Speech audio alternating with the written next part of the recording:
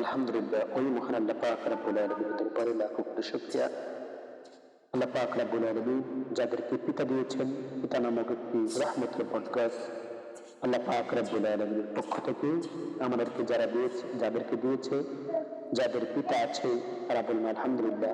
কেননা যাদের পিতা নাই একমাত্র তারাই বুঝে আল্লাহ পাক রব্বুল আলামিনের পক্ষ থেকে তারা যে উত্তম নিয়ামত পেয়েছিল, প্রিয় নিয়ামত যে তারা হারিয়েছে একমাত্র তারাই বোঝে।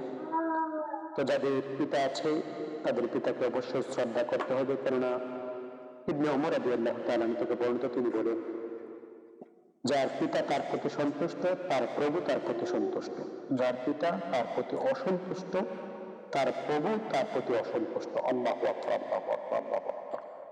পিতা নামক পডকাস্ট যাদের ছায়া দিয়ে এখনো আছে, আপনারা আপনাদের পিতাদের সাথে সদ্ব্যবহার করবেন। আর যারা পিতা হারিয়েছেন আপনারা তাদের জন্য মাগফিরাতের জন্য দোয়া করবেন। আল্লাহ পাক রব্বুল আলামিন আপনাকে আমাকে বোঝার তৌফিক দান করুক। সকলে বলে আমিন। আসসালামু আলাইকুম।